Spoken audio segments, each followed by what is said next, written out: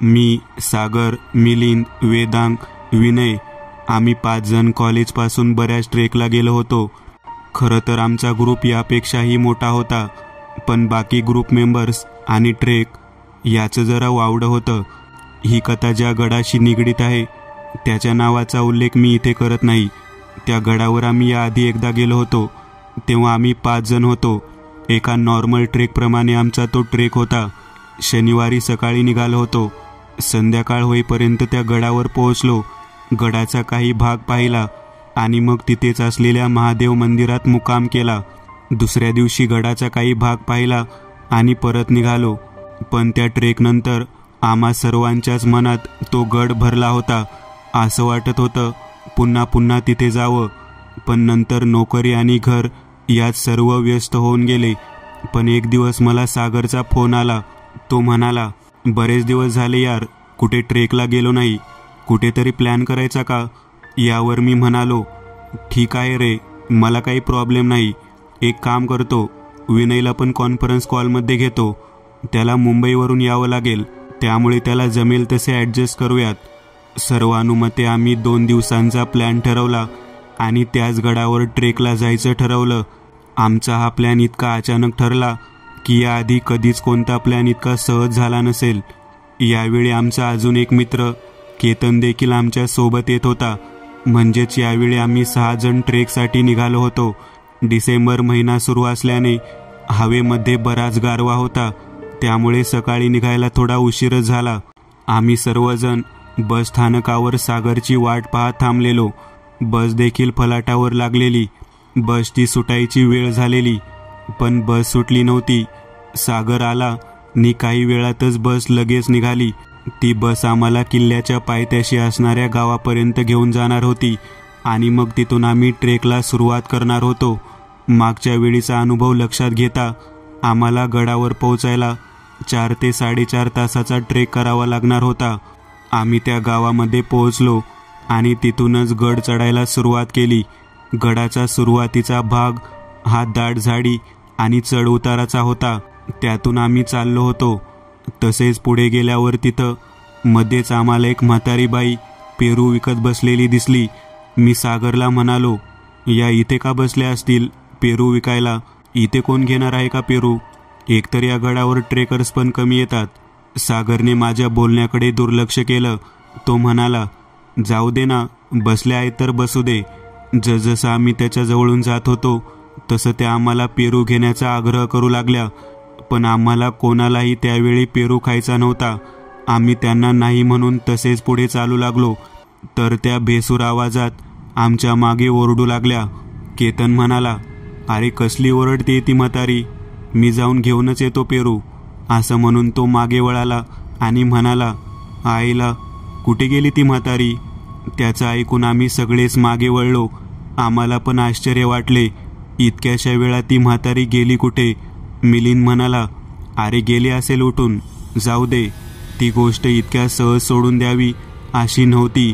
पण मी देखील सर्वांना म्हणालो, चला निघूयात. पुढे जाऊन जंगल जरा कमी होईल, मग तिथे आपण सोबत आणलेलं खाऊन घेऊयात. आम्ही सर्व तसेच पुढे निघालो. थोडा अंतर चालल्यानंतर दुपारचा 1 वाजून गेला होता. आम्ही तिथेच एका झाडाखाली जेवायला बसलो.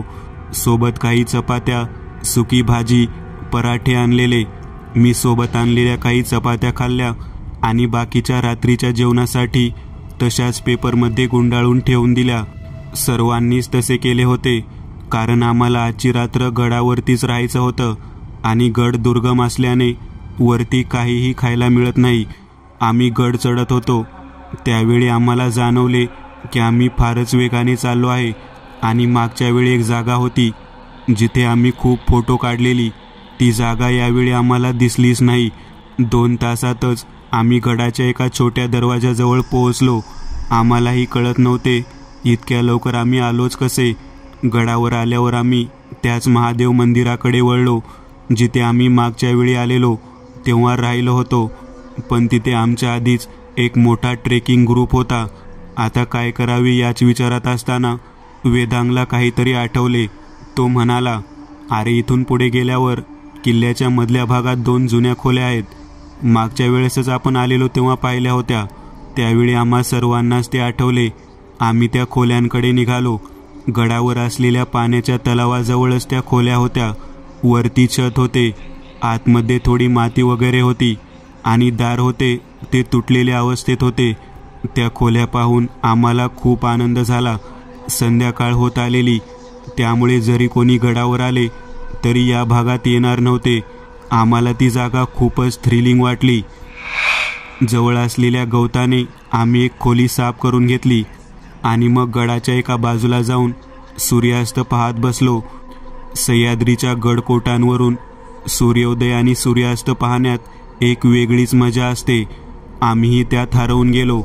पूर्ण अंधार पडेपर्यंत तिथेच बसलो आणि मग त्या खोलीमध्ये आलो. मिलिंदने त्याची मोठी टॉर्च आणलेली. आम्ही मध्ये ती लावली आणि त्या भोवतीच गप्पा मारत बसलो. पण आम्हाला सर्वांनाच त्या जागेमध्ये काहीतरी वेगळेपणा जाणवत होता. पण कोणीही बोलवून दाखवत नव्हते. हा तणाव कमी करण्यासाठी आम्ही तिथेच त्या खोलीच्या एका कोपऱ्यात शेकोटी पेटवली. पण काही वेळातच आपोआप ती विझली. मिलिंदने बऱ्याच वेळा प्रयत्न केला, पण तसेच होत होते. शेकोटी जळत राहतच नव्हती. हे सर्व पाहून केतन म्हणाला, मला काहीतरी वेगळे वाटते राव. म्हणजे सकाळपासूनच काहीतरी वेगळं होत आहे आपल्यासोबत. यावर सागर म्हणाला, असं काही नसतं रे, आपल्या मनाचे खेळ आहेत. पण आता भूक खूप लागली आहे, खाऊन घेऊयात का? आम्हा सर्वांनाच खूप भूक लागलेली. त्या मोठ्या टॉर्चजवळच आम्ही बसलो. सर्वांनी आपापल्या बॅगमधून खायचे साहित्य बाहेर काढले. मी देखील डबा आणि पेपरमध्ये गुंडाळलेल्या चपात्या बॅगमधून बाहेर काढल्या. सर्वजण बसले होते. मी माझ्या चपात्या कागदातून बाहेर काढल्या आणि पसरवल्या. समोरचे दृश्य पाहून मला धक्काच बसला. माझ्या पूर्ण चपात्यांचा कोणीतरी चावा घेतलेला होता आणि तो दातांचा आकार माणसाच्या दातांसारखाच होता. मी हेच सगळ्यांना दाखवले. आता मात्र सर्वांच्या चेहऱ्यावरचे रंग उडाले. सागर म्हणाला, आईला हे कसं झालं? कुत्र्याने वगैरे खाल्ले असेल रे. त्यावर मी म्हणालो, अरे मी चपात्या बॅगच्या एकदम तळाला ठेवलेल्या. आता काढतानाही मला नीट काढता येत नव्हत्या. कुत्रा कसं काय खाऊ शकेल? यावर वेदांग म्हणाला, अरे पण हा चावा तर बघा, चपात्या उघडून चावा घेतल्यासारखा वाटतोय आणि तोही 5 चपात्यांचा. आणि महत्त्वाचं म्हणजे कागद आहे तसाच आहे, तो कुठे फाटला नाही. पण मला आठवतंय निखिलने चपात्या गुंडाळून ठेवलेल्या बॅगमध्ये आणि त्यानंतर बाहेर काढल्याच नाहीत. आता मात्र कोणाला काही सुचत नव्हते. खरं तर भीती सगळ्यांना वाटत होती. पण मिलिंद सर्व सावरून म्हणाला, कुत्र्यानेच खाल्ल्या असतील, तुमचं लक्ष नसेल. जाऊ दे निखिल, तू त्या बाहेर ठेवणे चपात्या आणि माझा डबा खा. खरं तर त्याच्या या वक्तव्यावर माझा आणि इतरांचा कोणाचाच विश्वास बसला नसता.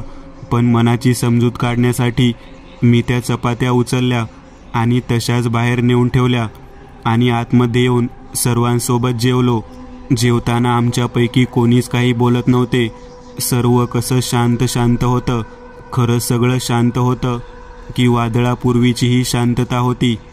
आमचे जेवण झाल्यानंतर थोडा वेळ आम्ही सगळे तसे शांत बसलो होतो. अशा वेळी विनय, जो ग्रुपमधील सर्वात शांत राहणार आहे, तो सर्वांसोबत मज्जा करू लागला. हळूहळू आमच्या नेहमीच्या गप्पा सुरू झाल्या. वातावरणातील तणाव थोडा हलका झाल्यासारखा वाटत होता. रात्रीचे 9 वाजून गेलेले. मोबाईलला रेंज तर नव्हतीच. त्यावेळी सागर म्हणाला, आपण जरा बाहेर फिरून येऊयात. बाहेर किती मस्त वाटतंय. सर्वांनाच त्याचे म्हणणे पटले. आम्ही सर्वजण बाहेर येऊन फिरत होतो. त्या खोलीमध्ये टॉर्च तशीच चालू होती. मिलिंदने मागे वळून सहज पाहिले तर त्याला जाणवले त्या खोलीला असलेल्या खिडकीमधून कोणीतरी बाहेर पाहत आहे. त्याने माझ्या खांद्यावर हात ठेवला आणि मागे पाहायची खूण केली. मी मागे पाहिले तर मला काहीही दिसले नाही. खिडकीतून टॉर्चचा प्रकाश बाहेर येत होता. सर्वजण तसेच पुढे चालत होते. मी आणि मिलिंद मागे राहिलेलो. मी मिलिंदला विचारले, नक्की काय दाखवत होतास? तर तो म्हणाला, अरे खिडकीमध्ये कोणीतरी बाई उभी असल्यासारखी दिसली मला. टॉर्चचा उजेड तिच्या मागून येत होता त्यामुळे तिच्या चेहऱ्याचा आकार नीट दिसून आला, म्हणून मी तुला सांगितले आणि मागे पाहिले तर तिथे कोणीच नव्हते. यावर मी मिलिंदला म्हणालो, मिल्या, काहीतरी भपाऱ्या नको मारू. तो चपातीचा मॅटर झालाय, त्यामुळे तू आता काही पण सांगणार का? यावर मिलिंद म्हणाला, अरे निकल्या, खरंच सांगतोय, तिथे कोणीतरी होतं. मी त्याचे बोलणे जास्त मनावर नाही घेतले आणि तसेच पुढे चालत राहिलो. रात्रीच्या वेळी अशा निर्जन जागांवर जी शांतता असते ती खरंच मन मोहून टाकते. लांबून आलेला हलकासा आवाज देखील असा जवळून आल्यासारखा वाटतो. त्यावेळी सागर मला म्हणाला, निकल्या, इथं यावेळी जरा वेगळंच वाटतंय. खूपच शांतता आहे. आपण जवळ काहीतरी हत्यारसारखं ठेवलं पाहिजे. रात्री काही होऊ शकेल. मलाही त्याचं म्हणणं पटलं. मी त्याला म्हणालो, आपण झाडाच्या निमुळत्या फांद्या तोडू. त्याचा काठीसारखा उपयोग होईल. माझा चाकू बॅगमध्ये आहे, मी आलोच घेऊन. कोणत्याही ट्रेकला जाताना माझ्याजवळ कायम माझा कॅम्पिंग नाईफ असायचा. कोणत्याही ट्रेकसाठी ही सर्वात महत्त्वाची गोष्ट आहे. मी खोलीमध्ये गेलो, माझ्या बॅगमधून चाकू काढला आणि तसा सर्वजण थांबलेले तिथे आलो. जवळच्या छोट्या झाडांच्या फांद्यापासून आम्ही 4 काठ्या बनवल्या आणि त्या घेऊन खोलीकडे निघालो. आम्ही सर्वजण चालून आल्यावर खोलीजवळच असलेल्या दगडी खांबाजवळ गप्पा मारत बसलो. रात्रीचे 10:30 वाजून गेलेले. मला खूप कंटाळा आलेला, त्यामुळे मी खोलीकडे निघालो. माझ्यासोबत केतन आणि वेदांग देखील आत आले. सागर, विनय आणि मिलिंद बाहेर बसलेले. आतमध्ये आल्यावर आम्हाला वेगळेच दृश्य दिसले. आमच्या बॅग अस्ताव्यस्त पडलेल्या होत्या. ते पाहून वेदांग मला म्हणाला, अरे निकल्या, चाकू घ्यायला आलेला, बॅग तरी नीट ठेवायच्या. पण ते सर्व पाहून मलाच धक्का बसलेला, कारण मी चाकू घेऊन बाहेर पडताना तर सर्व नीट होते. इतक्याशा वेळात कोण इथे आले असेल? आणि आम्ही खोलीपासून जास्त लांब नव्हतोच गेलो. ती खोली कायमच आमच्या दृष्टीपथात होती, त्यामुळे कोणी आत जाताना किंवा बाहेर येताना आमच्यापैकी कोणाला दिसले नव्हते. मी काहीच बोललो नाही. आम्ही बॅग पुन्हा नीट ठेवल्या आणि सतरंजी अंथरून खाली बसलो. आम्ही असेच गाणी लावून काहीतरी ऐकत बसलेलो. तितक्यात खोलीच्या मागच्या खिडकीमधून एका बाईचा मोठ्याने किंचाळण्याचा आवाज आला. थोड्या वेळाने तो आवाज बंद झाला. पुन्हा काही वेळाने तसाच आवाज आला. आम्हाला वाटले बाहेर बसलेले ते तिघे मोबाईलमधील आवाज काढून आम्हाला घाबरवत असतील, त्यामुळे आम्ही लक्ष नाही दिले. काही वेळाने त्या खोलीचे दार आपोआपच हालू लागले. यावेळी आम्हाला वाटले हे ते तिघेच करत असतील बाहेरून, पण तरी खबरदारी म्हणून मी काठी घेऊन उठलो आणि पटकन त्या दाराजवळ गेलो आणि बाहेर पाहिले तर ते तिघे तिकडे लांब बसलेले. इतक्या कमी वेळात दार वाजवून तिथे जाऊन बसणे तर शक्य नव्हते. आता मलाही काहीतरी वेगळं वाटायला लागलेलं. रात्रीचे 11:30 वाजलेले. त्यावेळी मिलिंद, सागर आणि विनय आत आले. मी त्यांना म्हणालो, झालं मोबाईलवर आवाज वाजवून की अजून वाजवायचंय? त्यावर सागर म्हणाला, काय बोलतोय निकल्या, कसला आवाज? मी त्याला काही बोलणार इतक्यात बाहेरून पुन्हा तीच किंकाळी ऐकू आली. सर्वजण त्या खिडकीकडे पाहत होते. त्यावेळी वेदांग बोलला, हा आवाज? आता मात्र आम्हाला भीतीचा पहिला अनुभव आलेला. इतका वेळ आम्ही ज्याला गंमत समजत होतो तो आवाज देखील खरा होता. पण आता आम्ही काय करणार होतो? कारण यावेळी बाहेर पडणे धोक्याचे होते आणि गड उतरणे तर शक्यच नव्हते. खरं तर ते काय आहे याची आम्हाला काही कल्पना नव्हती, कारण ते जे काही होतं त्याने आम्हाला प्रत्यक्षपणे काहीही केलेलं नव्हतं. त्याचवेळी त्या तुटलेल्या दारावर कोणाची तरी थाप पडायला लागली. अचानक झालेल्या या घटनेने भीती काय असते याचा आम्हाला अनुभव दिला. मला माहीत होते आता मी बाहेर गेलो तर काहीही दिसणार नाही, पण तरीही माणसाचं मन एखाद्या गोष्टीपलीकडे काय आहे हे पाहायला उत्सुक असतेच. मी आणि सागर हातात काठी घेऊन तसेच पुढे गेलो. सागरने काठीने दार जोरात ढकलले. अपेक्षेप्रमाणे बाहेर काहीही नव्हते. त्याचवेळी मला माझ्या आजोबांनी सांगितलेले शब्द आठवले, एखादी वाईट शक्ती कधीही कडी वाजवत नाही, ती दारावर थाप देते.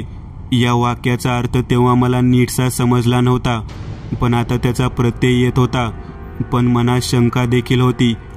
समजा एखादी वाईट शक्ती असती आणि तिला आत यायचं असतं तर दार का वाजवत बसली असती. मी हेच सर्वांना बोलून दाखवलं. यावर केतन म्हणाला, याला एकच कारण असतं, आपल्याला घाबरवण्यासाठी. मला माझ्या आजोबांनी सांगितलेलं, माणसाचं मन घाबरलं की त्यावर ताबा मिळवणे सोपे होते. त्यामुळे अशा वाईट शक्ती नेहमी आपल्या सावजाला आधी घाबरवतात आणि मग त्यांच्या मनाचा ताबा घेतात. हे ऐकून विनय म्हणाला, म्हणजे तुला काय म्हणायचंय, आपण सगळे सावज आहोत? यावर केतन म्हणाला, आपण ज्या परिस्थितीमध्ये आहोत त्यात आपणच सावज आहोत. पण आता देखील आपलं डोकं ताळ्यावर आहे. आपण सारासार विचार करतोय. त्यामुळे जर का काही वाईट शक्ती असेल तर तिने आपल्याला अजून त्रास दिलेला नाही. यावर सागर म्हणाला, माझा यावर विश्वास नाही बसते. जाऊ दे, आपण झोपूयात, बघू पुढे काय ते. थकवा इतका आलेला की त्याने आम्हालाही सतरंजीवर अंग टाकण्यास भाग पाडले. आम्ही सर्वजण पडलो होतो, पण झोप मात्र लागत नव्हती. इतक्यात वेदांग, जो भिंतीच्या कडेला झोपला होता, तो अचानक उठला. त्याला पाहून मी विचारले, काय झालं रे, असा का उठून बसलाय? तर तो म्हणाला, अरे पायाला काहीतरी लागलं. मी उठून टॉर्च लावून पाहिलं तर तिथे पाण्याची बाटली होती. ती बाटली पाहून वेदांग म्हणाला, अरे ही बाटली इथे कशी आली? ही तर माझ्या बॅगमध्ये होती. हे ऐकून सगळेच उठले. विनय म्हणाला, अरे बॅगमधून पडली असेल. असं म्हणत त्याच्या जवळचा टॉर्च चालू करून बॅगकडे फिरवला. वेदांगच्या बॅगची चैन लावलेली होती. ते पाहून केतन म्हणाला, आता बोल विन्या. यावेळी विनय काहीच बोलला नाही. तो काय, आम्हाला कोणालाच कळत नव्हते काय बोलावं. ती बाटली बाजूला ठेवून आम्ही सर्वजण पुन्हा झोपलो. पण मनात सतत एकच विचार होता की आता काय होईल. कारण आतापर्यंत आंधळी कोशिंबीर खेळल्यासारखं आमची अवस्था होती. डोळ्यावर पट्टी बांधल्यासारखं आम्हाला काहीही दिसत नव्हतं, पण अनुभव मात्र येत होता. आमच्या मोठ्या टॉर्चची चार्जिंग कमी राहिलेली, त्यामुळे टॉर्च चालू ठेवणे आम्हाला शक्य नव्हते. त्यामुळे टॉर्च बंद करून आम्ही झोपलो होतो. इतक्यात केतन ओरडत उठला. आम्ही टॉर्च चालू केला. पाहिलं तर केतनची बॅग त्याच्या पायाजवळ पडलेली. मी केतन शेजारी झोपलेलो. मी त्याला विचारलं, काय झालं नक्की? तर तो म्हणाला, अरे अचानक बॅग अंगावर येऊन पडली, त्यामुळे दचकून ओरडलो. आता मात्र आम्हा सर्वांची खात्री झाली, ते जे काही होतं ते आमच्यासोबत खेळत होतं. आम्हाला झोप लागणे तर शक्यच नव्हते. आम्ही विचार केला की असं अडकून राहण्यापेक्षा बाहेर उघड्यावर आपण सुरक्षित राहू. पण बाहेर इतकी कडाक्याची थंडी होती की रात्र बाहेर काढणे अवघड होते. मग आम्ही विचार केला की दुसऱ्या बाजूला असलेल्या महादेव मंदिरात असलेल्या त्या ग्रुपकडे मदत मागायला जाऊ, म्हणजे आपल्याला तिथे राहायला जागा मिळेल. सागर आणि विनय तिकडे जायला निघाले, पण आम्ही लावून घेतलेला तो तुटका दरवाजा आता उघडतच नव्हता. मी देखील तो दरवाजा उघडण्याचा प्रयत्न केला, पण दरवाजा उघडत नव्हता. आम्ही पुन्हा आतमध्ये येऊन बसलो. मी म्हणालो, मला असं वाटतंय आपण अडकलोय. आता ना बाहेर जाऊ शकतो ना आत नीट राहू शकतो. यावर वेदांग म्हणाला, आपल्यासोबत सकाळपासूनच सगळं कसं विचित्र होतंय. आपण दुर्लक्ष करत आलो, पण आपण या खेळाचा एक भाग झालोय हे लक्षातच नाही आलं. आम्ही छोटी टॉर्च चालू ठेवून बसलेलो. त्याचा उजेड आमच्या पुरता मर्यादित होता, पण असं जाणवत होतं की बाजूच्या अंधारात कोणीतरी आहे जे आमच्याकडे पाहून हसतंय. रात्रीचे 1:30 वाजले होते. अचानक वातावरण बदलले. खोलीमध्ये एक जळका कुबट वास यायला लागला. थोड्या वेळापूर्वी ऐकू आलेल्या त्या किंचाळ्या पुन्हा जोरात ऐकू येऊ लागल्या. हसणे आणि रडणं यांचा मिळून एक विचित्र प्रकारचा आवाज येतो, तशा त्या किंचाळ्या होत्या. माझ्याजवळील टॉर्च मी खोलीमध्ये फिरवला. त्याच वेळी मिलिंद म्हणाला, आई शपथ, बघितलं ना ते? वेदांग, केतन दोघांच्याही अशाच प्रतिक्रिया होत्या, पण मला काहीच कळले नाही. म्हणून मी विचारलं, काय झालं रे? पण अजून देखील ते तिघे काही बोलत नव्हते. मी शेजारी असलेल्या केतनला जोरात हलवले आणि म्हणालो, केत्या, काय झालं रे? बोल काहीतरी. केतन घाबरून समोर बोट करत होता. मी टॉर्च तिकडे वळवला, पण मला काहीच नाही दिसले. केतन घाबरून मागे जात होता. मी त्याचा हात घट्ट पकडून ठेवला. तीच अवस्था मिलिंद आणि वेदांगची होती. केतन मला म्हणाला, निकल्या, ती समोर बसलेली बाई बघ की. मी म्हणालो, काय काय बोलतोय तू केत्या? मला कोणीच दिसत नाहीये. मी सागरला नजरेनेच विचारले. त्याने देखील नकारार्थी मान डोलावली. अशा परिस्थितीमध्ये माझं डोकं चक्रावून गेलेलं. सागर आणि विनय मात्र शांत होते. हा सगळा घटनाक्रम इतका वेगाने झाला की आमचे चित्त ताळ्यावर येईपर्यंत मिलिंदला कोणीतरी फरफटत अंधारात नेले. मी मोठा टॉर्च चालू केला. खोलीमध्ये प्रकाश पसरला. खोलीच्या दुसऱ्या भागात मिलिंद भिंतीकडे तोंड करून पडलेला होता. सागर तसाच त्याच्या जवळ गेला. मिलिंदला उठवायचा प्रयत्न करू लागला. मिलिंदने सागरला जोरात ढकलून दिले आणि हवेत उंच उडाला आणि माझ्याकडे पाहून हसत म्हणाला, आता दिसलं का? आणि तसाच पुन्हा तो जमिनीवर आदळला. पडताना सागरने त्याला सावरले. विनयने माझ्याकडे प्रश्नार्थक नजरेने पाहिले. सागरनेही मान्य केले की त्याला विश्वास बसला यावर. अशा परिस्थितीमध्ये खरंच डोकं काम करेनासं होतं. खोलीमध्ये बाईच्या हसण्याचा आवाज येऊ लागला. चिडून मी म्हणालो, काय पाहिजे तुला? का असं करते? पण खरं तर मी देखील खूप घाबरलेलो. त्यात वेदांग आणि केतन तर घाबरून असे बसलेले की जणू काही त्यांना अजून ती बाई दिसते. सागर मिलिंदला पुन्हा आमच्या जवळ घेऊन आला. मिलिंद बेशुद्ध आणि शुद्ध यांच्या मधल्या अवस्थेत होता आणि अचानक आमचा मोठा टॉर्च बंद झाला. कदाचित त्याची चार्जिंग संपली. पुन्हा खोलीमध्ये अंधार पसरला. त्यावेळी जाणवले, प्रकाशा वाईट गोष्टीमध्ये का अडथळा ठरतो ते. प्रकाशात जे काही असेल ते स्पष्टपणे दिसते, पण आपल्याला भीती त्याच गोष्टीची वाटते जी आपल्याला दिसत नाही. माझी अवस्था तीच होती. आम्ही सर्वांच्या मोबाईलचे टॉर्च चालू केले. खोलीमध्ये सर्वत्र उजेड पसरला होता. केतन आणि वेदांगच्या एकूण वागण्यावरून तरी वाटत होते की त्यांना आता कोणी दिसत नाही. 2:30 वाजून गेले होते. एक एक करत आम्हा सर्वांच्या मोबाईलच्या टॉर्च बंद झाल्या. चार्जिंग संपले होते. माझ्याकडे पॉवर बँक होती. निघताना मी फुल चार्ज केलेली, पण आता बाहेर काढली तर त्याची चार्जिंग देखील संपलेली. आता आमच्याकडे एकच टॉर्च होती, माझ्याकडे असलेली छोटी टॉर्च. पण मला कळत नव्हते ही टॉर्च का चालू आहे. मी सागरला म्हणालो देखील, साग्या, सगळ्या टॉर्च बंद झाल्यात, पण एकच का चालू आहे? यावर सागर म्हणाला, अरे तिला आपल्याला घाबरवायचं आहे आणि टॉर्चच्या कमी उजेडात तिची भीती जास्त वाटते. मला त्याचे म्हणणे पटले. मी छोटा टॉर्च बंद केला. दूध पिताना मांजर जसे डोळे बंद करून घेतं तसंच आमचं झालेलं. पण एक चांगलं होतं की आम्हाला आता काही दिसत नव्हतं, पण मन सांगत होतं अजून काहीतरी भयानक होणार आहे. कुठेतरी ऐकलेलं मला आठवले, रात्री 3 वाजता आत्म्याची ताकद सर्वात जास्त असते. कदाचित ती देखील त्याचीच वाट पाहत होती. काही वेळानंतर खोलीमध्ये तोच कुबट जळका दर्प यायला लागला. तेच ओरडण्याचे आवाज पुन्हा ऐकू येऊ लागले. यावेळी त्याची तीव्रता जास्तच होती. त्यावेळी खोलीमध्ये अचानक दोघांचे ओरडण्याचे आवाज ऐकू आले. मी टॉर्च चालू केला. पाहिले तर केतन आणि वेदांग त्यांच्या जागेवर नव्हते. मी खोलीच्या दुसऱ्या भागात टॉर्च फिरवला तर ते दोघे तिथे पडले होते. मिलिंद जागा झालेला. मी मिलिंदकडे पाहिले तर तो डोळे मोठे करून घाबरून तिकडे पाहत होता. मी त्याला विचारले, मिल्या, काय झालं?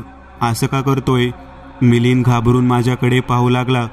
त्याच्या डोळ्यात पाणी होतं आणि त्याने माझ्याकडे पाहून 2 बोट दाखवले. याचा अर्थ असा होता की त्याला समोर 2 बायका दिसतायत. मिलिंद अचानक ओरडू लागला, निकल्या, त्या हसतायत आपल्याकडे पाहून. वेदांग आणि केतन जिथे पडलेत त्या दोघांच्या बाजूला बसल्यात यार. त्या खूप विचित्र दिसतायत. त्यांचे हे बोलणे ऐकून सागर आणि विनय पुन्हा तिथं गेले आणि त्या दोघांना इकडे आणायचा प्रयत्न करू लागले, पण ते दोघे उचलले जातच नव्हते. सागर आणि विनय खूप प्रयत्न करत होते, पण माझ्या डोक्यात विचार आला की आम्हाला तिघांना का नाही दिसतंय त्या बायका. तितक्या सागर आणि विनयला त्या दोघांनी ढकलून दिले. केतन आणि वेदांग तसेच उभे राहिले. त्यांचे पाय जमिनीपासून वर होते. मिलिंद ओरडत होता, त्यांना उचललं आहे त्या दोघींनी. खरं तर ही वेळ देवाचा धावा करायची होती, पण आमच्या डोक्यात ते येतच नव्हते. तरी देखील एकदा मनोमन त्या गडाला प्रणाम केला आणि तिथल्या गडदेवतांचे स्मरण केले. माझं लक्ष हातातील घड्याळाकडे गेले. 3 वाजले होते. त्याचवेळी हृदयाचा ठोका चुकला, कारण मिलिंद देखील समोर हवेमध्ये लटकत होता. मी उठून तिथे जायचा प्रयत्न करत होतो, पण त्यांच्या जवळ पोहोचू शकत नव्हतो. सागर आणि विनय तिथेच खाली पडलेले. इतकं हातबल मी पहिल्यांदा झालेलो. माझ्या मनात असून देखील मला काहीही करता येत नव्हते. मी माझ्या मित्रांची मदत करू शकत नव्हतो. मी पुढे जायचा प्रयत्न करत होतो, पण काहीही फायदा नव्हता. माझ्या आणि माझ्या मित्रांमध्ये एक अदृश्य भिंतच होती. खोलीमध्ये फक्त त्या बायकांचे हसण्याचे आवाज येत होते. सगळं काही संपलं असं वाटत होतं. मी मनोमन देवाची प्रार्थना करत होतो. त्या आत्म्यांनी आमचा खेळ केलेला आणि त्याचा शेवट आता जवळ आलेला. आम्ही मनाने हरलेलो, त्यांचा हेतू साध्य झालेला. सगळं काही संपलं असं वाटत असतानाच मोठा टॉर्च अचानक सुरू झाला. सर्व खोली उजेडाने उजळून निघाली. अचानक मिलिंद, वेदांग, केतन खाली जमिनीवर आले. त्यांना शुद्ध आली. सागर आणि विनय देखील उठून उभे राहिले. अवघ्या 2 मिनिटांमध्ये इतका बदल झालेला. काही काळाच्या आतच त्या बायकांच्या हसण्याच्या आवाजाची जागा किंकाळ्यांनी घेतली. असं वाटत होतं त्यांना कोणीतरी यातना देत आहे. पण आम्हाला काहीही दिसत नव्हते, पण मिलिंदला दिसत होते. मी मिलिंदकडे पाहिले तर त्याने थांबण्याची खूण केली.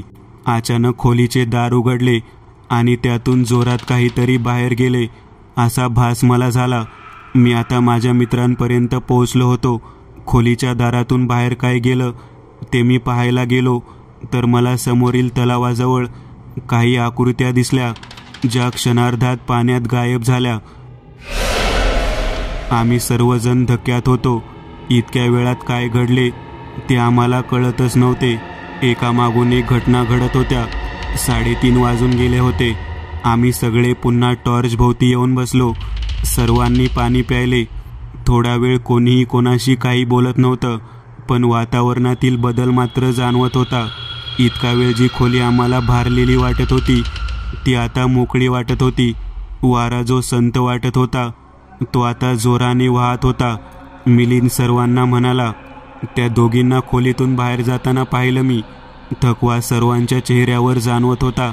आम्ही सर्वजण तसेच सतरंजीवर पडलो आणि आम्हाला कधी झोप लागली कळलेच नाही. सकाळी 6 नंतर आम्हाला जाग आली. एक एक करून आम्ही सर्वजण उठलो आणि फ्रेश होऊन बसलो. मनात असंख्य प्रश्न होते. बाहेर सूर्योदय होत होता. सूर्योदय पाहून कधी झाला नसेल इतका आनंद तेव्हा झालेला. उजेडात सर्वच गोष्टी किती वेगळ्या वाटत होत्या. काही वेळातच ती खोली सूर्यप्रकाशात न्हावून निघाली. आम्ही सर्व ठीक होतो आणि रात्री आम्ही जो विचार केलेला की सूर्योदयाबरोबरच गड उतरायचा, तो विचार मनातून निघून गेलेला. कारण सूर्य येतानाच त्याच्यासोबत एक प्रकारची उर्मी घेऊन येतो. आम्ही गडावर फिरायचा निर्णय घेतला. सर्व आवरून आम्ही 7:30 पर्यंत बाहेर पडलो. गडाच्या उंच भागाकडे जात असताना पूर्वेकडून कोणीतरी व्यक्ती चालत येत होती. कपड्यावरून तरी नागपंथी वाटत होते. त्यांच्या एकूण चालण्यावरून असं वाटत होतं की वाट त्यांच्या नेहमीच्या चालण्यातली आहे. ते आमच्या जवळ आले आणि काही क्षण थबकले. त्यांनी आम्हाला विचारले, काय पोरांनो, कुठून आलात? मी म्हणालो, पुण्यावरून आलोय. आम्हाला वाटले ते काहीतरी बोलतील. त्यांनी आम्हा सर्वांच्या चेहऱ्याकडे पाहिले आणि म्हणाले, प्रश्नांच्या कल्लोळात अडकलाय तुम्ही पोरांनो. आम्हाला आश्चर्य वाटले. केतनने त्यांना विचारले, तुम्हाला काय माहीत आणि तुम्हाला काय कळलं? यावर ते गृहस्थ म्हणाले, कानिपनाथांची सेवा करतो मी. माणसाकडे पाहून त्याचा भूतकाळ सांगू शकतो. आम्ही असेच भटकत असतो. आज पहाटे या गडावर आलेलो. सूर्यनारायणाचे दर्शन करायला पूर्वेकडील भागात गेलेलो. यावर सागर म्हणाला, मग आम्हाला जे प्रश्न पडलेत त्याची उत्तरे तुम्ही देऊ शकाल का? विचार करून आमचं डोकं हैराण झालंय. यावर ते गृहस्थ हसून म्हणाले, ते कळतेच आहे, पण मी तुमची मदत करेन. या जरा, निवांत बसू झाडाखाली. आम्ही शेजारील झाडाखाली बसलो. त्यांच्याकडे पाहूनच असं वाटत होतं की हा माणूस कोणी लफंगा वगैरे नाही. त्यांच्या चेहऱ्यावर एक प्रकारचे आध्यात्मिक तेज होतं. फार लेजावा नाही, साधा पेहराव, गळ्यात एक रुद्राक्ष, एक झोळी वजा बॅग. त्यांनी आमच्याकडे पाहिले आणि म्हणाले, हा विचार आता काय विचारायचंय ते, सुरुवात कुठून करावी यातच आमची गडबड चाललेली. हे पाहून त्यांनी आम्हाला शांत केलं. माझ्या डोक्यावर 1 मिनिट हात ठेवला आणि म्हणाले, आता मी सांगतो ते नीट ऐका, मला समजलं आहे सगळं. आम्ही चकितच झालो. त्यांनी बोलण्यास सुरुवात केली. ते म्हणाले, तुम्ही काल त्या बसने गावामध्ये उतरलात. दुपारची वेळ होती आणि तुमच्या बॅगमध्ये अन्न होते. तुम्ही जंगलाच्या दिशेने गडाकडे वळालात. तुम्हाला एक पेरूवाली दिसली. खरं तर ती एक शाकिनी होती. शाकिनी म्हणजे अविवाहित स्त्री. जेव्हा अत्याचार होऊन मरण पावते आणि तिचं भूत बनतं, ती शाकिनी त्या म्हातारीच्या शरीरामध्ये होती. प्रत्येक आत्म्याचा फेरा असतो. त्याची एका जागेवर येण्याच्या वेळा असतात आणि त्यात कोणी सापडला तर ती आत्मा त्यांना त्रास देते. तुम्ही पायथ्यालाच तिच्या फेऱ्यात सापडला. ती तुमच्या मागावर पुढे आली. खरं तर बरेच आत्मे त्यांची मूळ जागा सोडत नाहीत, पण शाकिनी किंवा इतर काही शक्तिशाली भूते त्यांची जागा सोडून तुमच्या मागावर येऊ शकतात. तुम्ही तिच्या फेऱ्यात सापडला. ती तुमच्या मागावर आली. तुम्ही पुढे आलात आणि जेवायला बसलात, पण तुम्हाला कळलं नाही की तुम्ही सावलीसाठी ज्या झाडाखाली बसलाय ते झाड नागचाफ्याचं होतं. तुम्हा मुलांना माहीत नसतं, पण जुने लोक देखील सांगायचे, नागचाफ्याच्या झाडापासून लांब राहायचं असतं, कारण बऱ्याच नागचाफ्याच्या झाडावर अवगत वास करते. अवगत म्हणजे अशी विधवा स्त्री जिचा अनैसर्गिक मृत्यू झालाय. महत्त्वाचं म्हणजे जे भूत त्या झाडावर होतं त्या स्त्रीचा मृत्यू अन्न पाणी वाचून झालेला होता आणि तुम्ही नेमकं त्याच झाडाखाली बसलात जेवायला. त्याचवेळी तुम्ही दुसऱ्या वाईट शक्तीच्या फेऱ्यात सापडला. माझ्याकडे पाहून मग ते म्हणाले, कळलं का? चपातीचा तुकडा कोणी खाल्ला होता ते? काय बोलावं हेच मला कळत नव्हतं. मी पुढे काही बोलणार तोच ते गृहस्थ म्हणाले, थांब, माहीत आहे तू काय विचारणार आहे ते. तुम्ही गडावर 2 तासात कसं पोहोचलात तेच ना? मी होकारार्थी मान डोलावली. ते पुढे बोलू लागले, तुम्ही आता 2 शक्तींच्या घेऱ्यात सापडला होता. त्या दोघी तुमच्या मागावर होत्या, पण तुम्हाला काही करू शकत नव्हत्या, कारण भूतांची खरी ताकद ही रात्री असते. त्यांना हवं ते रात्री नीट साध्य करून घेऊ शकतात. त्यांचा बेत होता तुम्हाला तिथंच फिरवत ठेवायचं रात्र होईपर्यंत, जेणेकरून अशा जंगलात निर्जन जागी त्यांचा हेतू साध्य होईल. पण तुम्ही थोडं पुढे चालत निघालात आणि अजून एका आत्म्याच्या घेऱ्यात सापडला. तो वीर होता, युद्धात किंवा गडाच्या रक्षणात कामी आलेला योद्धा, पण तो तुम्हाला त्रास देणार नव्हता. कित्येक गडावर असे आत्मे आहेत जे चांगले आहेत, गडाच्या रक्षणासाठी काम करतात. त्या वीरने तुमच्या मागावर असलेल्या वाईट शक्ती पाहिल्या आणि वेगाने त्याच्या ताब्यातील जागेतून तुम्हाला गडाजवळ पोहोचवले. तुम्हाला कळलं देखील नाही ते. त्यामुळे तुम्ही खूपच कमी वेळात गडावर पोहोचलात. एक गोष्ट ऐकून आम्हाला धक्केच बसत होते. इतकं काही चाललं होतं पण आम्हाला दिसत नव्हतं. पण मुख्य प्रश्न अजून पुढेच होते. रात्रीत काय झालं? ते गृहस्थ पुढे बोलू लागले, तुमचं नशीब असं विचित्र की तुम्हाला नेमकी त्या मंदिरात जागा मिळाली नाही, नाहीतर रात्रीचा सगळाच प्रसंग टळला असता. पण असोत, तुम्ही मग त्या खोल्यांकडे गेलात, तिथं सर्व सामान ठेवलं आणि मग तिथून तुमच्या मागावर आलेल्या त्या आत्म्यांना पूर्ण संधी मिळाली. त्या तुमचं मनोबल खच्ची करण्याचा प्रयत्न करत होत्या, जेणेकरून त्यांना त्यांचं कार्य साध्य करता येईल. त्यांना तुमचे आत्मे हवे होते, म्हणून त्या तुम्हाला वेगवेगळ्या प्रकारे घाबरवत होत्या. हळूहळू तुम्हा सर्वांचं मन घाबरलं आणि तुम्ही त्यांच्या ताब्यात गेला. मग मी त्यांना विचारलं, मला, सागरला आणि विनयला काहीच का नव्हतं दिसत? यावर ते म्हणाले, अरे तुमचा राक्षस गण आहे, तुम्हाला आत्मे थेट दिसणार नाहीत कधी. त्यामुळेच त्या एका आत्म्याने या मिलींच्या शरीराचा आधार घेऊन तुझ्याशी संपर्क साधलेला, आठवतंय ना? पण या बाकीच्यांचा मनुष्यगण आहे, त्यामुळे त्यांना त्या दोघी त्यांच्या मूळ रूपात दिसत होत्या. आणि आता पुढे एक सर्वात महत्त्वाचा प्रश्न जो तुम्हाला पडलाय. सर्व काही संपलं असं तुला वाटत होतं, त्यावेळी अचानक काय झालं? ते आत्मे निघून कसं काय गेले? तर झालं असं, त्यावेळी 3 वाजून गेलेले. त्या आत्म्याची ताकद पूर्ण जोरावर होती.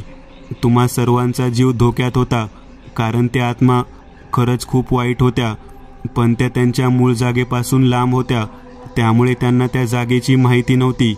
तुम्ही जिथे राहिला होतात ती जागा जुन्या तलावाजवळ आहे आणि अशा जुन्या पाण्याच्या काही ठिकाणी सती आसरांचा वास असतो. सती आसरा 7 स्त्रियांच्या रूपात असतात. त्यांचं मूळ काय आहे हे नक्की कोणालाच माहीत नाही. त्या देवी आहेत की अप्सरा की अजून काही हे कोणालाच माहीत नाही, पण त्यांचा देखील फेरा असतो. म्हणजेच एक वेळ असते पहाटे 3 वाजताची, जेव्हा त्या 2 वाईट शक्ती 3 वाजता त्यांचा प्रभाव तुमच्यावर दाखवत होत्या. त्याचवेळी सती आसरांचा फेरा त्या भागामध्ये सुरू झाला आणि सती आसरांच्या प्रभावामुळे त्या वाईट शक्ती तिथून निघून गेल्या. त्यामुळे अचानक तुम्ही त्या वाईट शक्तींच्या तावडीतून सुटला. मग ते गृहस्थ माझ्याकडे पाहून म्हणाले, तुला पाण्याजवळ ज्या आकृत्या दिसल्या ना, त्याच होत्या. आसरा, नशीबवान आहेस. त्या इतक्या सहज नाही दिसत कोणाला. पण मला एक प्रश्न होता. मी त्यांना विचारलं, माझ्याच डब्यातील चपाती का खाल्ली होती? यावर ते हसून म्हणाले, कदाचित तुझी भाजी आवडली असेल तिला. आम्ही सर्वजण खूप हसलो. आमच्या सर्व प्रश्नांची उत्तरे मिळाली होती.